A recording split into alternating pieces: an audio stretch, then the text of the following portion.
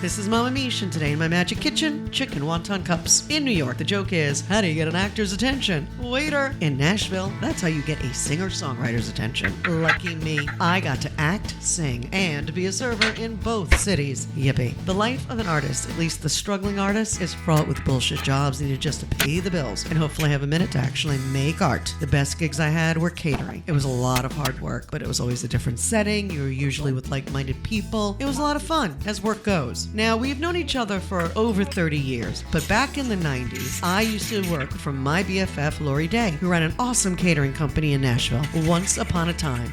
That was the name of the company. If she needed help or I needed work, we had each other's back. The recipe I'm sharing is one I learned from her. I made a couple changes in Mama Miche fashion, but the essential recipe is all ours. It's the honey soy reduction that pulls this tasty morsel together. For large or intimate parties, this is a must-have. Try it, and you'll see Mama Miche makes your kitchen magic. I think this is one of our most popular appies at a party.